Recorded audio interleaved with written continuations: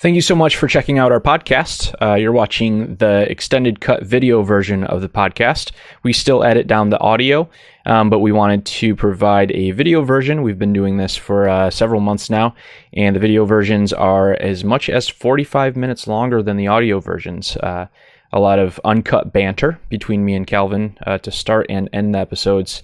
I think a lot of valuable content that we usually cut out, so the edited version is a little bit shorter.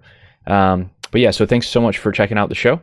If you'd like to check out old episodes, you can hop on over to letgoddie.com. If you like the show and value what we're doing, it would be a huge help if you'd share the episode. And also on the website, we have a support tab. If you'd like to pledge as little as $1 a month, it would help us continue what we're doing. Thank you so much for checking out the show and supporting us in sharing the stories of God at work. Hey, this is the Let God Die podcast. This is Josh. And this is Calvin. And we're doing some reposts of some of our favorite episodes. I wanted to give you a little bit of context of why we're doing this. There's a project that I've wanted to work on for probably about 15 years. I started it about 12 years ago. It was going to be a documentary, and just kind of shelved it for a long time. And it stays with me, and I think about it almost every single day. I would love to share more about that in the future. And if you have any questions and you want to know about that, I would love to tell you about it. But I'm not going to get into all the details of that right now. I'm very excited about it, though. And it's going to require a lot of time. So we're just taking a break from Let God Die, but we're still putting out old episodes that have impacted us. So if you want to keep up with just like what I'm doing in general. I have another podcast. I'm going to be working on that new project. There are a ton of weird, random things I worked on in the past, and I noticed recently that they're not all in one place for anybody to find. So you can log on to bit.ly, so that's bit.ly /Mozug Media. I'm putting together a page where it'll just have like current projects, past projects, ways that you can keep up and just kind of like see what was, see what is, see what's coming. So one thing that we're doing with these reposts is we're just going to talk about some of the episodes and conversations that have had a big impact on us personally. And the thing is, we didn't record video back then. So one thing that we're doing, sorry if it's crazy distracting, but we thought it was a great idea. One of our friends suggested this, and we just have to roll with it, when you're compelled. During the actual conversation that didn't have video because we weren't recording video back then, we will be playing silent films, sorry.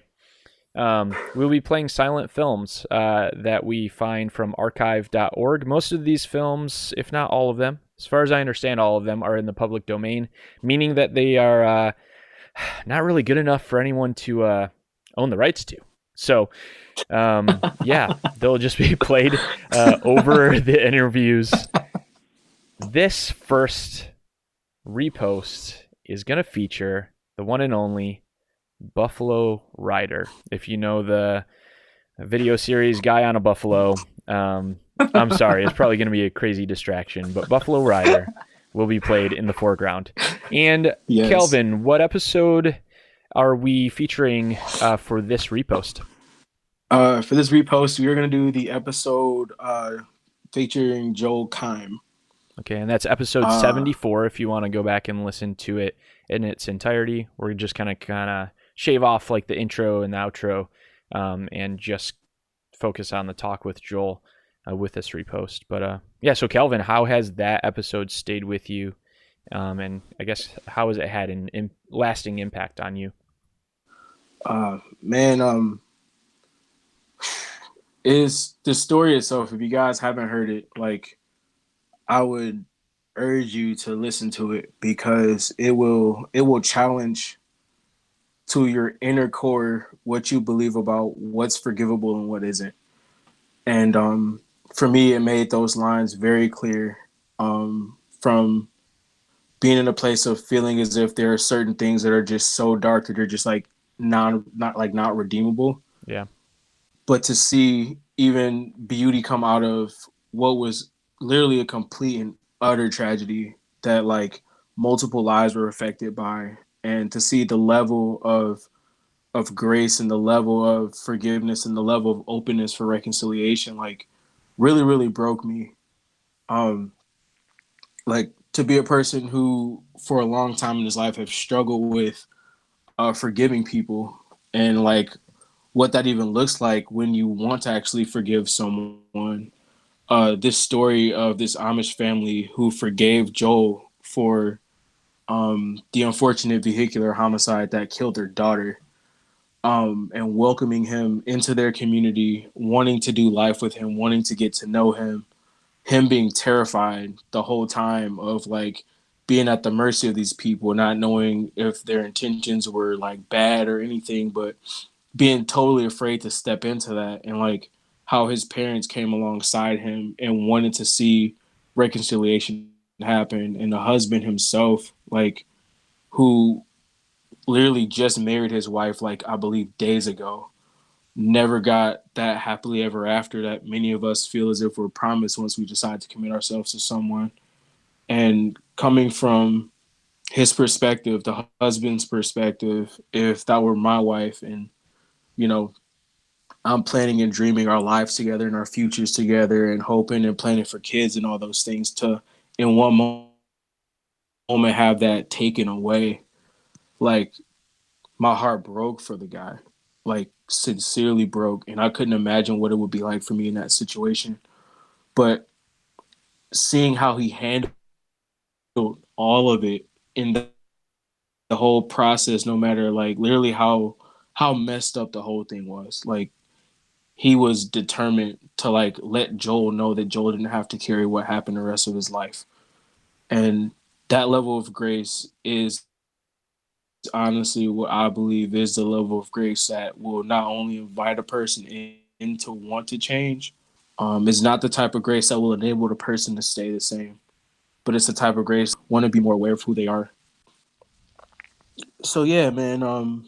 Literally, it really sobered me up because we we can like honestly make plans to do things, and like in our planning by no means is bad. It is by no means bad, but like we are not promised tomorrow to fulfill those plans. So with this guy planning to spend the rest of his life with the woman he chose, the woman he felt like the Lord sent his way, if if my heart was in a position where I was beginning to find my identity and being married and being with like my wife, like at that moment I have no idea who I am after she's taken away.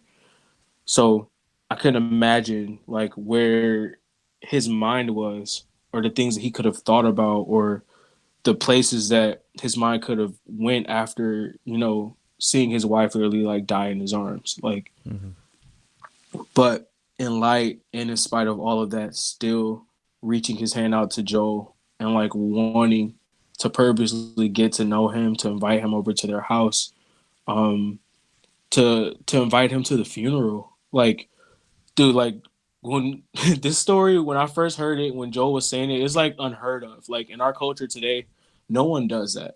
Like Yeah. no one would open that door. That is a very like not common thing, to have a person who like committed this accident to be in the presence of the family and those who are mourning at like a funeral service. Like just thinking about that, like that is so countercultural, and I think that's why this story stuck out to me, because it reminds me of the parable of the unforgiving servant, and how the Lord says that if we don't forgive our brothers and sisters from our heart, that our heavenly Father will not forgive us.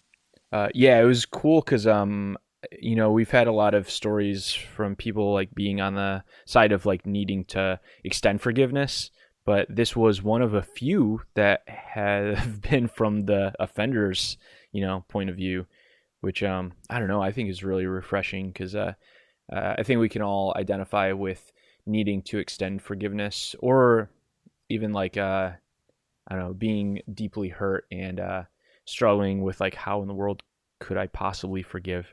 Um, Right. but at the same time, a lot of us have wronged people in crazy ways, and that's something that I don't hear talked about very often.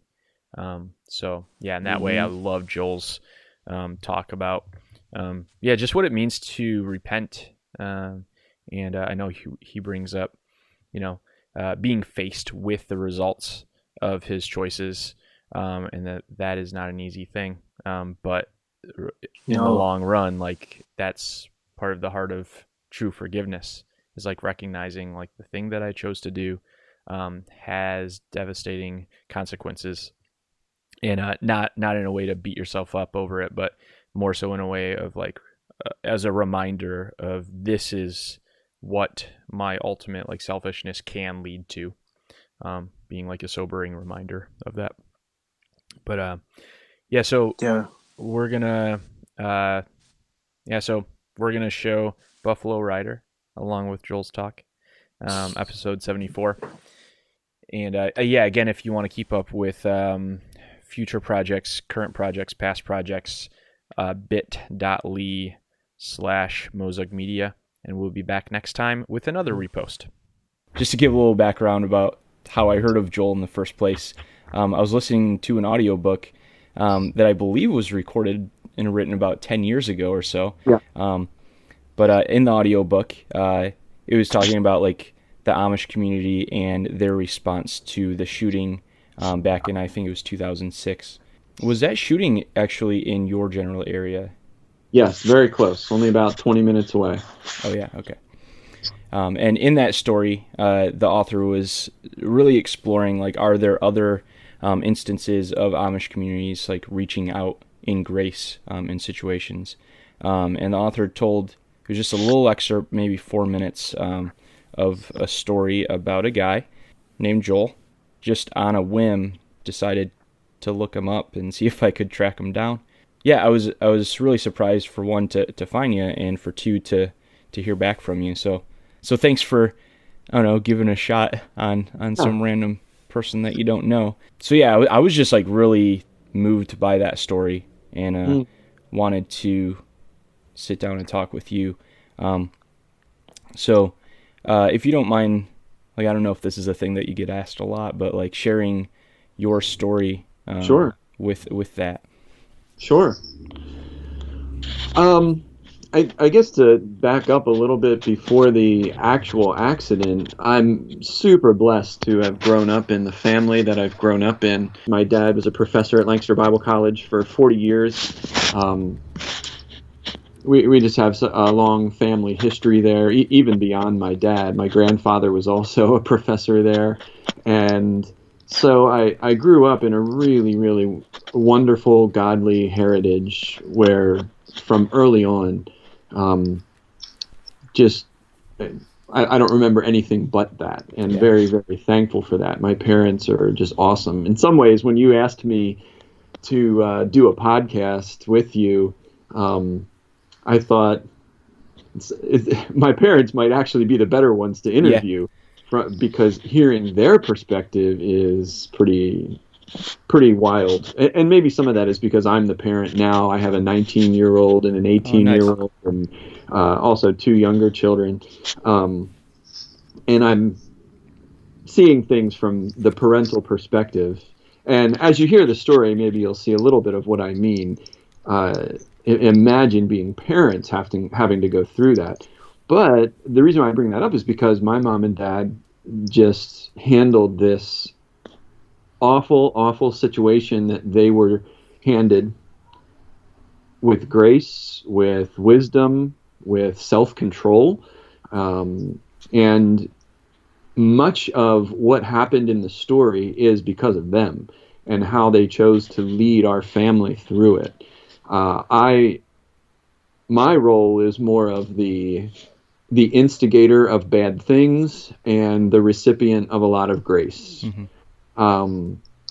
Which I mean, like, yeah, that was one thing that like really compelled me to talk to you, because I mean, I think a lot of time I hear stories of like this happened to me and I extended grace, which that's an awesome perspective to hear it from. Sure. But like to be the recipient of that, and just like the power in that, I think is, maybe a side that I don't hear quite enough, right. And wanted to really kind of delve into. So for people that have zero idea like who you are, what your story is, going into that. Yeah. So I grew up in this really wonderful Christian home, loving parents, and always involved in the church. I always believed in Jesus as a really young child, 5 years old, 6 years old. I can remember the time when I heard a somewhat fire and brimstone sermon at my church from my pastor that scared me to death. And I was afraid of hell and Satan. And that night, having trouble going to bed because of it, my mom saying, "You don't have to be scared because of everything that Jesus did for us and God's incredible love for us." And so she reiterated the message of good news through Christ and his death and resurrection and the forgiveness of our sins and everything that, I'd heard before, but now took on new meaning because I was so scared. And that I look back to as a moment where I first made that choice to say, yes, I believe. And some of it was because I do not want to go to hell. Yeah. And it was that just raw emotion. So that's what I grew up in, constantly at church. I went to even a Christian school through middle school. And then into high school, I transitioned over to a public high school, which was kind of my parents' plan all along. They wanted myself and my younger brother and sister to understand what life is like outside of the Christian bubble, but while we were still living at home, and they could, still have input into our lives. And I really respect that decision, and I'm glad for it. Ninth grade was particularly difficult as I knew nobody and was striving to find my place in this whole new school. And I was the outsider. And I think what that did inside of me was create a real desire, almost addiction for wanting to be popular, wanting to be liked. And I didn't ever choose to do anything off the rails, but there was definitely a selfishness, a self-centeredness growing inside of me. And as I got closer to teenage years or driving years, that selfish attitude continued, and it kind of dominated me. I still believed in all of my upbringing and heritage, still very active at church and youth group, and even went on a number of mission trips that I just loved. I would never say my faith was being degraded or anything like that, but it was more of my practice of my faith, how I lived it out, was definitely different. So you knew the truth, but it was just kind of and maybe more head knowledge at that point, or I don't know. A lot of knowledge and this desire to be liked, a desire to be popular, to fit in at the school. I was allowing my behavioral choices, and especially that inward self-centeredness, to take control. One of the areas where it really came out was with driving. Just very, very self-centered about it. I love the thrill of it. Just the power of a vehicle and the speed, everything about it I love. I still do. Yeah. So I got my driver's license, and for 11 months, it was just this thrill. How fast could I get from one place to the next? Some fairly risky choices that I thought was just all fun. Passing people when I shouldn't have been. I feel like that was me at 17 and 18. Yeah. Yeah, I think it's a common experience for a lot of teenagers. And thankfully for many, nothing happens. Yeah. But one Sunday afternoon, it was November 1st, 1991. I was in my senior year of high school, 17 years old, and my brother and two friends were headed to go play some football. We did it almost every Sunday afternoon with a bunch of guys from church. And on this particular day, we they changed locations on us. I don't know why. It didn't really matter, but it just meant that we were going down a particular road that we didn't normally go down. Backcountry road in Lancaster, Amish farmland area all around us. And by the way, as I think about that part of the story, which book was it that you were reading? Was that Amish Grace by Crayville? It was Amish Grace. I don't know the author's name, but Yeah, I'm sure that's the only Amish Grace book like with that title. I was just kind of curious. Were you aware that story was in that book? Like around? Well, that's exactly what I was going to say. I was seeing advertisements for it online through Christianity Today numerous times, and I thought, that looks like a good one. I should get it. And then I got a call one day from a guy by the name of Walt Mueller from the Center for Parent and Youth Understanding. I don't know if you've ever heard of that before, No. but awesome organization. And he's like, "Hey, I'm at the bookstore. Have you heard about this book, Amish Grace?" I'm like, "Yeah, I've seen that. I think I want to get it. Looks good." He's like, "You're going to definitely want to get it." I'm like, "Okay, your story's in this." I was like, "What? How'd that happen?" Mm-hmm. I'm thinking, how did he even know about it or whatever? Well, what happened was the Center for Parent and Youth Understanding, that same guy that called me, they had published my story on their website a couple years before, I think in 2003, and the author of the book found it. He tried to contact me, but it had an old email address that I wasn't using, and so he never was able to contact me, and they just put it in the book. But he got a few details wrong, nothing major. Yeah. The main idea was all in there, but I think as he tried to summarize it, some things got changed around a little bit. But Gotcha. I was very, very thankful that it was in the book. I did end up actually contacting him later, and in my way of thinking, the wider the message can be spread, the better. Mm-hmm. And I'm glad for that. And actually, since it got published in that book, it has led to a few other things. It's actually in a whole nother book. That one is called Amish Faith, maybe. I can't remember. And actually, that was the one I thought you might have read. But Gotcha. Yeah. So you're on the road, on your way to football. Yeah, on the way to football. Still same mentality. Let me get there as fast as possible. It's just fun. It's cool. Driving fast is like, a thrill. And we came up over the crest of a hill. We saw an Amish buggy, maybe a couple hundred yards up in the road. And trying to be the super cool race car driver guy, I said to the guys, "Oh, we're going to go flying by these guys. Ha, ha, ha," And I hit the gas, got out into the left lane to just go flying by him, 70, 75 miles an hour.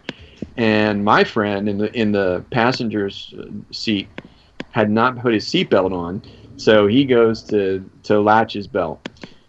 And as we got closer to the buggy, to the point of no return, I could see the nose of the horse start to turn right out in front of me, and instantly knew what was happening. They had no idea we were coming. They were trying to make a left-hand turn out in front of us, and I just hit the brakes. And the timing of everything was such that my car went right through the buggy. I can, in my mind, always remember the sound of the windshield of my car popping as it shattered, and the buggy going flying over top of the roof of the car. That'll be an image that's just burned in my mind forever. And in some ways, I'm glad. I don't think it would be right for me to forget all of that. And we skidded to a halt in the field right next to the road, and I immediately first checked around the guys in my car. Is everybody okay? And we all were okay. Maybe just a couple little scrapes. I looked at my hand, and I had some bleeding, and there's actually a scar on my one knuckle where a piece of glass got embedded in my knuckle, and that's another thing that'll always be a reminder for me, and I hope that would never go away. I don't want to forget what happened. But my door was completely jammed shut. I couldn't open it. And as I'm trying, an Amishman comes running up the side of the car saying, "Does anybody know CPR? Does anybody know CPR?" And I was the oldest in the car. I was 17. My friend was 16 or 15, and then my brother was, I think, 13 or 14, and his friend was the same age as him. So we're kids. We didn't know what to do. We eventually did climb out of the car and walk down to where the buggy was. Total wreckage. And there is this Amishman holding from behind what appeared to be an older woman, probably his mother. And I'm not even going to describe what she looked like. It was just really, really bad. And it was one of those moments where you sense deep within you that your world is falling apart, and you know it's your fault. Thankfully, this was on the really, really early end of cell phones. People generally did not have cell phones in 1991. Yeah. You people might have had one, but one person came by that had a car phone of some kind, and I think they might have been the ones that call 911. But it seemed like an eternity for 911 to get there because none of us knew what to do. My brother tried running to one of the local farms to see if he could find a phone. I mean, we're out in the middle of an area where there's no houses nearby. Yeah, mostly all Amish community in that area. Amish farms, so some of them might have had a telephone, but it wouldn't be easily accessible. Yeah. But so I forget how many minutes it took until rescue personnel arrived, but it felt like an eternity. Yeah. We're just there like a wreck, not knowing what to do. And finally, when they arrived, I was like, thankfully someone can deal with this. And of course, they took them to the hospital and asked if any of us wanted to go to the hospital, but we didn't need to. And then my dad showed up. There was actually a family friend had driven by, and he took my brother home. And so, if I'm remembering right, it was my brother who was able to first tell my parents, and they came. We were only like 5 minutes from my house. And I'll never forget the first thing that my dad said to me. He said, this is bad, but we're not going to make it worse for you. Wow. That was the first message of That's grace. huge, man. Yeah. Oh, yeah. Sheesh. I mean, and we didn't even know how bad it was at that point. Yeah. It was just so clearly bad. Then the policeman who had arrived already, I was actually sitting in the police cruiser when my dad arrived, and he had my dad get in the police cruiser with me, and he said, "I'm going to give you two time to talk it over." And he got out and let us talk. And we're not totally sure what he was thinking at that point. It could have been allowing us time to, in a sense, get a story straight. Maybe he was respecting my father's position, and I don't know, but I guess we could have created a story, a narrative of what actually happened. But I was so scared, so wrecked. There was no way that, and it just totally was not our family. Our family way. I mean, we completely believed in the way of Jesus to tell the truth. And so that's what we did. I said, "Dad, I was going 70 plus. This was all my fault." And that's what my dad was like, "Yeah, that's what we're going to tell him. That's what happened." And so the policeman came back in the car and wanted to hear what happened. And that's what he told him.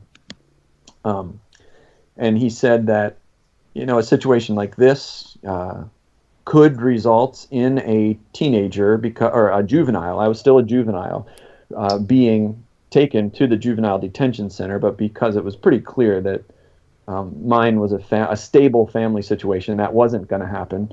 And actually, the policeman came back and said he'd already checked the distance of the tire marks and pretty much figured he knew how fast I was going already. I mean, that's just a scientific equation there.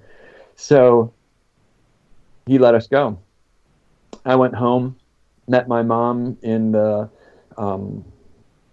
front room, living room of our house, and just wept like a baby in her arms. And at this point, you didn't know, like, what had resulted? No call yet. The policeman just said, we'll be in touch, essentially. And word started getting out, though.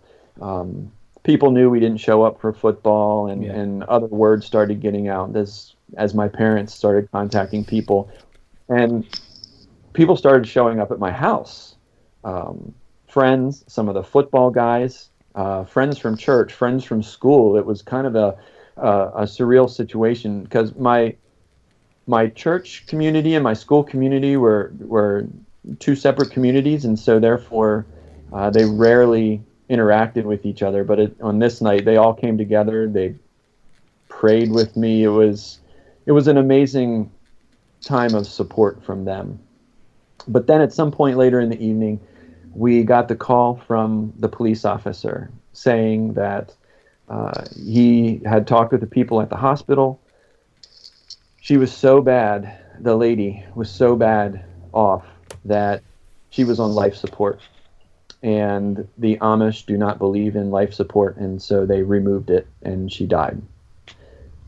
And I couldn't believe it. It was, awful, awful news. And then he said, you need to know their situation. He was 21 years old, and she was 19. Wow. And I was shocked. She looked at the scene of the accident like easily his mother or someone like that. He said they had just been married 3 days before, and they were on their honeymoon.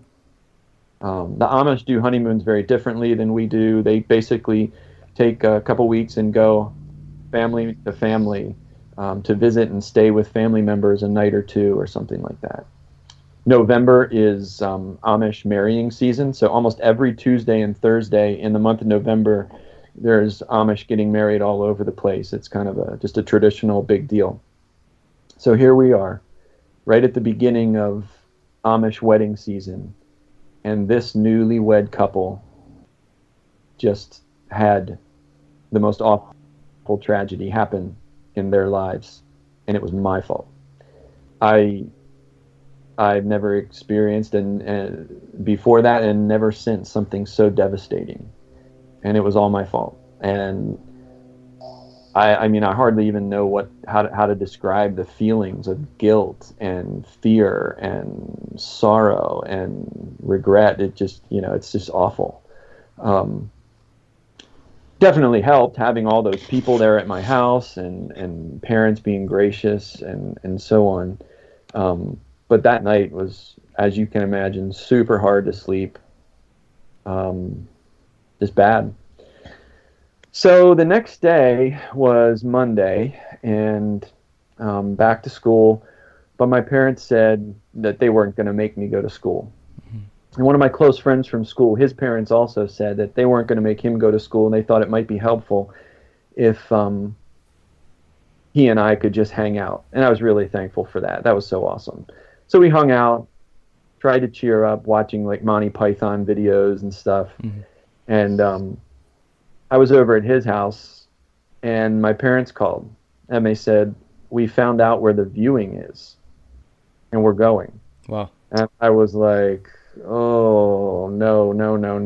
So was that even on your radar? Like, oh, no. My uncle had some contacts in the Amish community, mm-hmm. and he was instrumental in helping to find out about this. The crazy thing is they were local as well, which isn't surprising. I mean, but really close to, they live very close to my parents. So they said, we're going and you're coming with us. And, oh man, there was like literal pain in my gut. Just fear. And, I don't even know how to describe it. It was awful. I mean, I knew it was the right thing to do. and yet totally did not want to have to go through that. So that night, my parents and I and my youth pastor came with us, which he was like a new youth pastor at that point. Sheesh. Literally had only been at the church for, I think, 2 months. Yeah, imagine that. Wow. So we drove to the location that we had been told where the funeral was. Well, it was wrong. It turned out that we drove to the husband's family house, and the funeral was at the wife's family's house.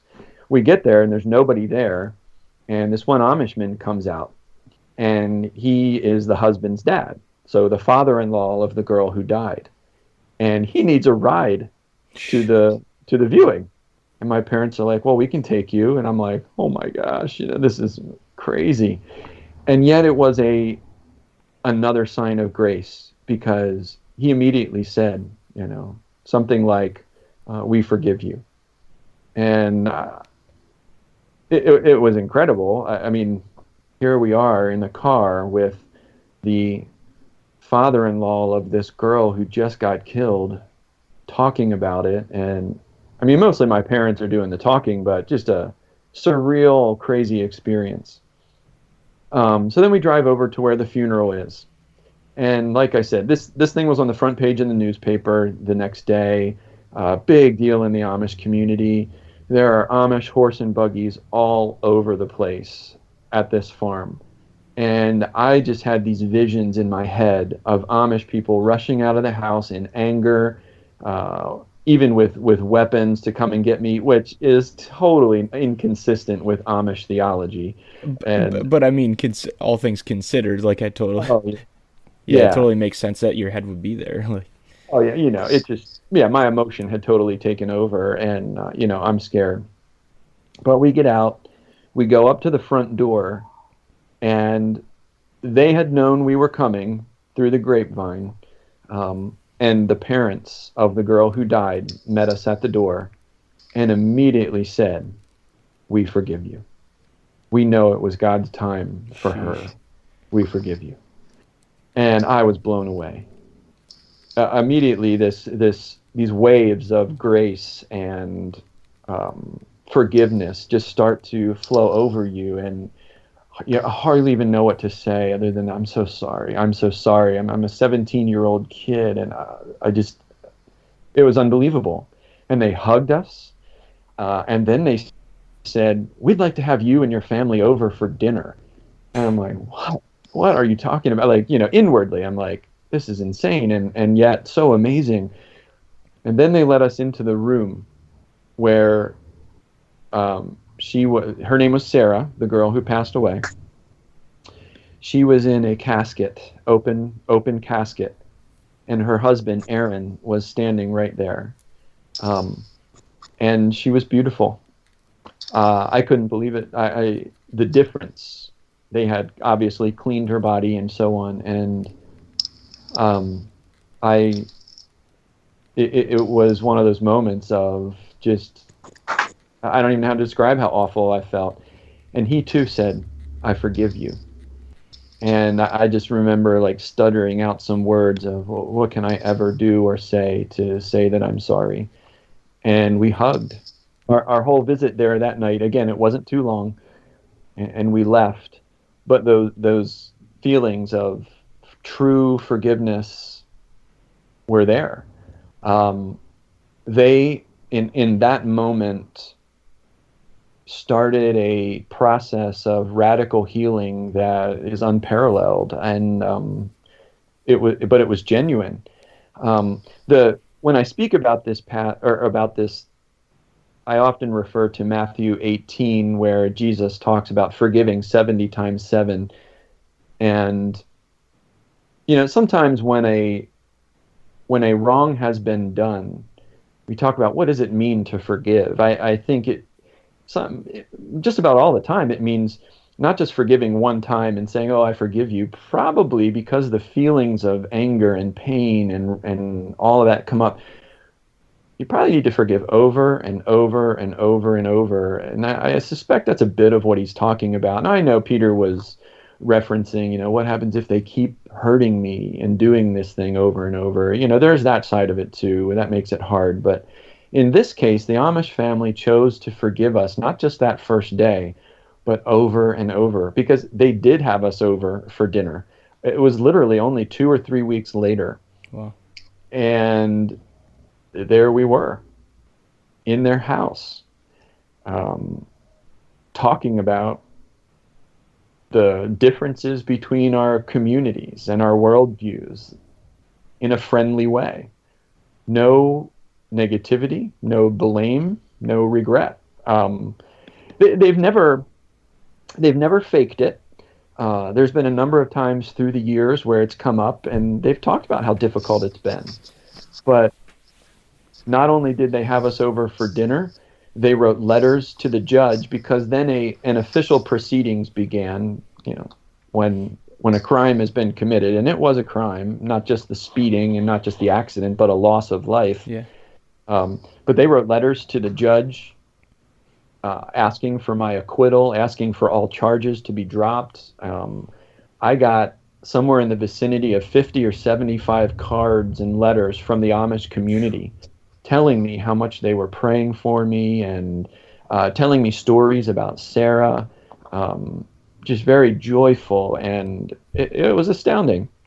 Now, because it was a criminal situation, I did go before a judge. I was charged with vehicular homicide, and I pled guilty, and had to go through the juvenile justice system. So it's crazy. I mean, my charge was I had to pay court costs, I had to do 200 hours of community service, and I lost my driver's license for 3 years. And you think, how the heck does that compare to a girl who lost her life? That's not even close. I mean, I would have been willing to do more, and yet that's the standard. I did my community service primarily at the local hospital trauma center. That's a whole nother ball of stories. But there, they wanted you to see the trauma that people are involved in, so to take seriously what you've done.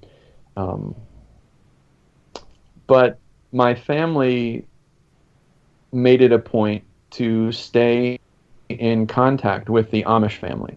So that was largely initiated by your parents, like.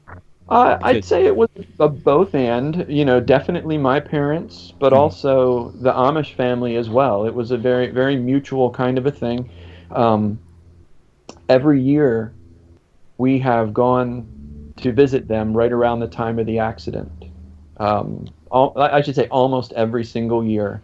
And here's a crazy story. So I got married in 1996, about 5 years after the accident. We had developed a friendship with them to the point where we felt it was very appropriate to invite them to our wedding. Wow. And they came. And they brought gifts. So you think about that. Only 5 years before, I had totally ruined theirs in perhaps the worst way possible. And yet they came to mine.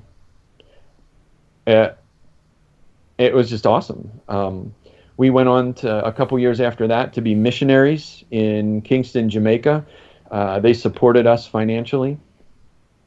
I remember one time, I think it was even before the wedding, maybe a year or two before the wedding, where my parents had the Amish family over to my house. And I was playing ping pong with Aaron. And Aaron was Sarah's husband, right? Right. Yeah. My actions had taken away his wife. And there we are in my basement playing ping pong against each other like I did with my friends. Mm-hmm. And it became pretty apparent that I was better at ping pong than he was. And I started beating him, like 2 games, 3 games, 4 games in a row. And I'm like, this is really weird.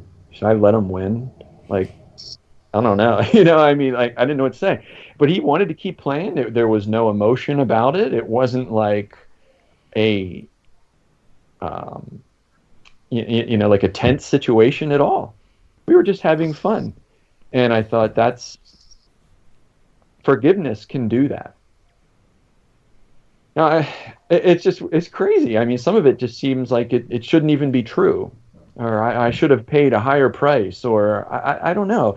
And yet the Amish family truly forgave and over forgave and created a relationship where there wasn't one before. And they created a relationship out of a turmoil, a broken relationship, or not a broken relationship, but out of a tragedy. It's just it's almost so ideal that people can't identify with it. Yeah. I've actually had this response.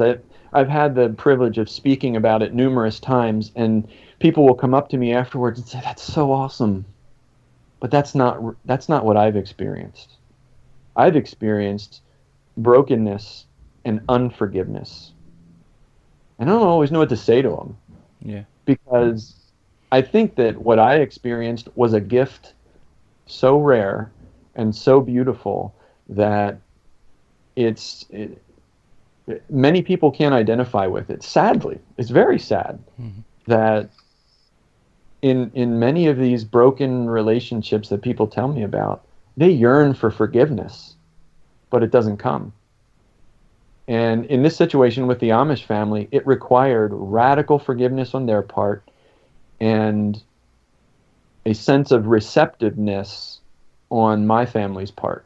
And that's where my parents come in. I mean, they initiated so much.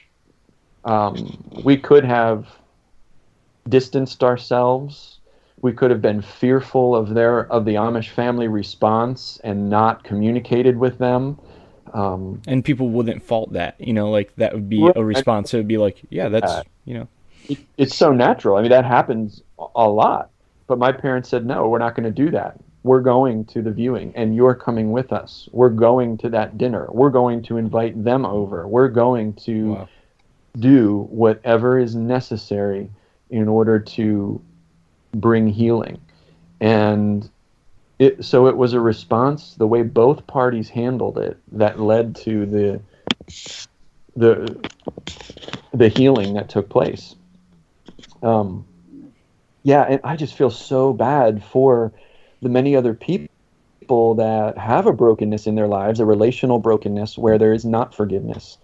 Because it takes really hard work for the forgiveness to take hold and to stick and to be real and create the healing. But I think the message of this story is that it is possible. It is very possible and a beautiful thing. But I would be remiss if it was easy. Not easy at all on both sides. There's many years where November comes around and I'm like, I don't really want to go. I don't really want to put myself in this position where let's drudge up all of this whole situation again where I was the total idiot. And yet, that's part of it. And it will be for the rest of my life. Or like when you email me out of the blue and say, hey, I heard your story, can we talk? That's part of it. I need to continue to say yes. And I feel like that's part of my responsibility, my side of the forgiveness. I need to say yes to every time. Not only to continue the healing process, but also to promote that kind of forgiveness. I want more and more people around the world to hear the story of that kind of forgiveness. And so I call this story a gift. Now, don't get me wrong. I have to drive by the spot of the accident on a regular basis because of where my parents live and I live, and it's just a fairly common path that we travel. Every single time I go by there, I think about it, and I wish I could take it back. I mean, of course, a life was lost. I don't want that. If I had to do it over, I definitely would do it over, but I can't. And I look at it now as a gift, the healing that God has done And my hope and prayer is that it can be a gift that goes on impacting more and more people. And so I would say to those that are listening to the podcast, if you have a brokenness in your life, what is the response that needs to happen, or that could you do more? Could you do more to offer forgiveness or to receive forgiveness? It might not work out perfect. I just don't want anyone to be discouraged by the ideal, near ideal result of my story. Don't be discouraged by that, but see it as a hopeful thing, as a positive thing, saying that it can happen. And I think just like a reflection of the Father's heart, like just that, even if as difficult as it is for those who haven't received that forgiveness from others, recognizing that, like, that's even just like a slimmer of a picture of how big His love and grace is, in a way that doesn't make any sense whatsoever. Absolutely. And that's one thing that that Amish Grace book talked a little bit about, was just that, in a lot of the communities, like, it's not thought of as we've extended grace above and beyond. For a lot of them, it's just, no, like, that's the forgiveness of the Father. Yeah. Like, that's what we're called to do, which to me, I'm just like, that is not the way I look at it. Like, the way I look at it is like, that's an extreme grace, but it's just real grace, it's where our hearts, I don't know, like, should be, where they could be when really in tune with Him. Now, to kind of bring the story full circle, one of the most beautiful things is that the husband, Aaron, through the grieving process, obviously spent a lot of time with his in-laws and their family. And crazy as it might sound, he started to fall in love with Sarah's younger sister. And eventually they got married. And they now have a wonderful family and a whole bunch of kids. I don't want to say that the family is whole again, and yet some ways it is. It's unbelievable.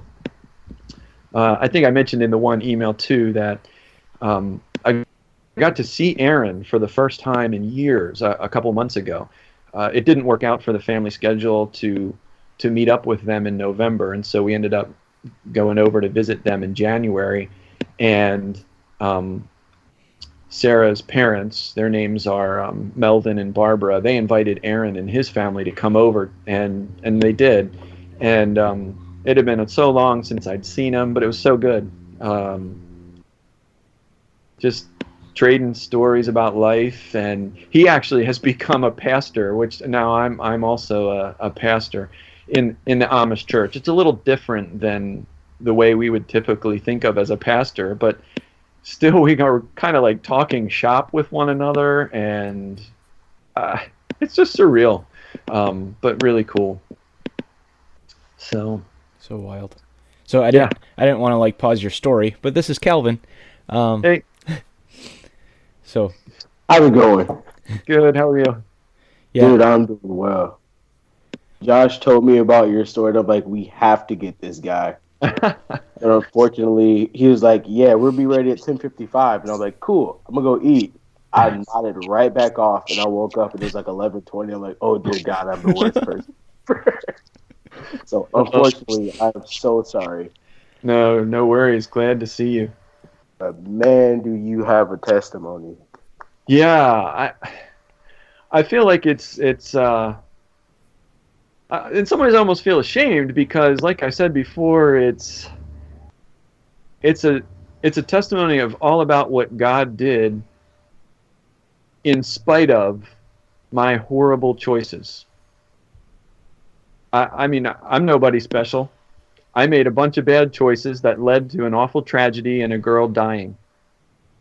And now I get to be the one to talk about it. I almost, a lot of times I don't feel worthy. Like I'd rather my parents sometimes talk about it, or, And yet I don't deny it's a gift of God's amazing grace and love, and I want the world to know about that. I don't know. I love that you said it that way. I kind of view like all of our stories like that. There are so many things with me that I'm just like, yeah, I don't know. Like this has nothing to do with Josh Mozug. This has everything to do with a great, amazing God who Yeah. is good. You know, when I'm, just like a piece of trash. Like, Yeah. and like it's really the story of His goodness. Like, really, I don't want to point people to me. Like, I want to point people to Him. You know, and if that happens at the cost of me looking like an idiot, I'm cool with that. So big. But, So full circle, you become a pastor, he becomes a pastor. So like in the midst of all the forgiveness, like there's reconciliation and redemption through the rest of it. Which is like, I feel like such an important part of forgiveness is those two parts. Like you have forgiveness that forgives the sin. You have reconciliation that encourages the relationship. Then you have redemption, which brings it all full circle. Where it's like the aftermath of it all, where you guys are now like have a friendship. Yeah. Which, like Josh, what you were saying, is like by worldly standards and cultural standards, just freaking unheard of. Doesn't happen. Straight up does not happen. But like, that is so cool. Yeah, he actually called me up. This was probably 6-7 years ago. He had heard of a situation similar to ours. And where it was a car accident of some kind. I don't know that it involved the Amish community or not.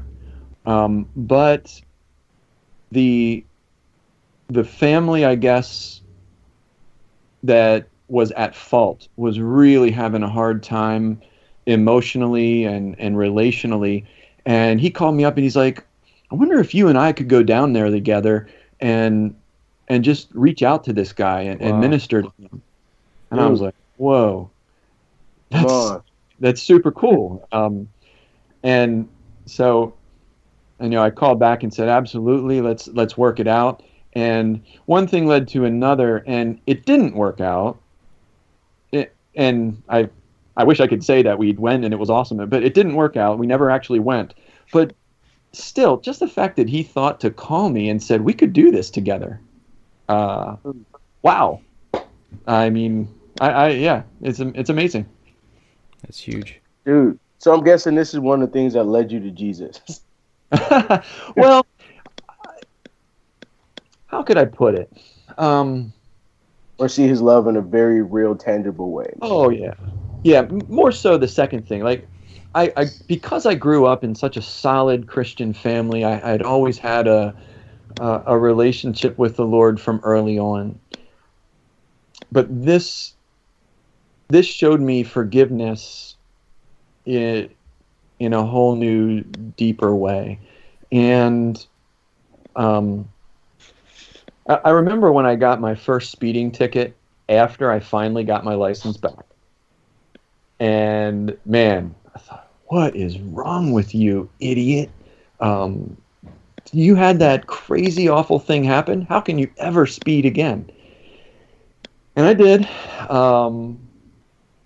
And it reminded me of the fickleness of humanity. I wish I could say that through the accident I met Jesus in this whole new way, and my life has been perfect ever since, and I never had any struggles ever again. Well, that's not true. I can't even say that, oh, that was a conversion moment for me. Because after the accident, I still struggled with selfishness and self-centeredness in my dating relationships. And in some ways I feel bad. I don't have that kind of a testimony out of this story. The one way I do feel that it changed me was it has been almost like this natural instinctual thing can flow out of me towards forgiveness. It's not hard to forgive other people, and I wouldn't say that that's a supernatural thing at all, but just a response to having been forgiven so much. Again, going back to that Matthew 18 story where Jesus talks about 70 times 7, but then tells the parable, if you've been forgiven much, how can you not forgive the little things that people do against you? Right. So it is definitely easier to forgive people considering what happened. Yeah, I don't know if that answers your question at all. No, totally. Like the passage I know jumps to me exactly as the one where Jesus says, like, those who have been forgiven much love much. When he was talking about the woman with the alabaster jar. Yeah. Like that exact story. Like it just brings that passage directly to life through like your exact life testimony. Yeah. Mm-hmm. Definitely. Yeah, and that's usually my thought with that passage too, where it's not so much like I need to forgive more, but more so I need to like really grasp how much I have been forgiven, Yes. and like understand the gravity of that. And like when I understand that, then it naturally becomes easier to forgive, where I mean similar to like Calvin talking about, like, yeah, when you love much, just like when I recognize how much God's love is for me, like the natural outflow of that is to love others. I can try all I want to love others, and maybe I'll get to a certain place, but it'll only it'll like reach its capacity at like my ability. But when I really grasp that, yeah, he loves me no matter what, no matter what the heck I do, like his love still remains. When I actually recognize that for myself, for one, it changes what I do and like how I behave. It changes how I relate to other people in such a real way. I guess you did talk about it a little bit. How did that whole experience like change maybe your understanding of God's grace and his love? If you were to look back and think about like what your understanding was of his grace and love before that compared to out of it. I think two stories come to mind. The first one is that same youth pastor who actually came with us the night of the viewing. He invited me to go out for Burger King a week or so later. Just wanted to check in on me, see how things are going, which is so awesome. And we're sitting there in Burger King, and he says, are you doing okay? Because you can imagine the weight of guilt and a responsibility that a person would feel being the cause of someone else's death. And he's really concerned about me, as he should have been. That, his question was totally valid and right on. But I didn't feel that. Not because I was callous, but because when they forgave me, that right from minute number 1 there at the viewing, it drained my life of guilt and self-loathing, and it gave me freedom. Their forgiveness gave me freedom to truly live. And he's sitting there in Burger King kind of like, really? I mean, I distinctly remember the look on his face. Like, he did not believe me. Yeah. Because it's only 1 week later, and I wasn't having problems sleeping. I wasn't having problems like emotionally with guilt or any of that. I was truly free. And I don't know how to describe it other than when they forgave, it unlocked the prison around me and set me free. It was powerful, and it was real. The second thing is a second story. Later, many years later, I learned about a guy from our church who was driving on one of these backcountry roads, very similar to me. It was a moment when he was really sleepy, and he fell asleep at the wheel. He too hit an Amish buggy, except that inside the buggy, the Amish had been babysitting some non-Amish kids, and it was a young girl, a regular non-Amish girl. around here we just call them English. That's kind of the Amish designation for Lancastrians who are non-Amish. And so this English girl, I think she was, maybe 4 or 5 years old. She died. And my friend from church went to the family, and he got down on his knees and begged for forgiveness.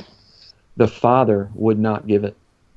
And the father was so emotionally distraught, and he couldn't bring himself to forgive this guy.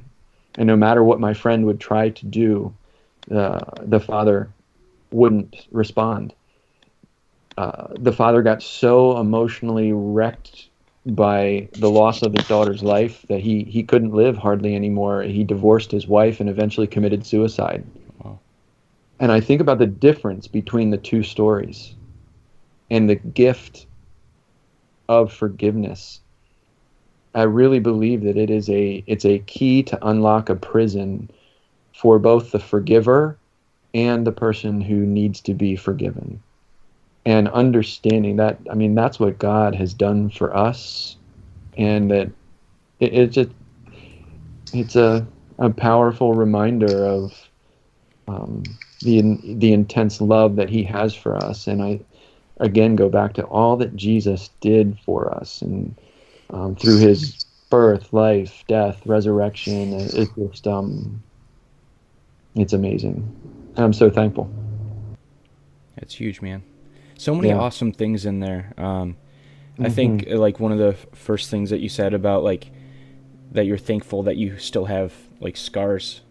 People toss around the whole thought of like, like I regret nothing because it got me to where I am, where like I understand that, but I definitely have regrets, and like it is like a gift to be able to revisit those and recognize like what our own selfishness is capable of, and to recognize like just like our need for grace, like our need for forgiveness, not to just be like, all right, that was who I was. I don't want to talk about that anymore. I don't want to revisit that.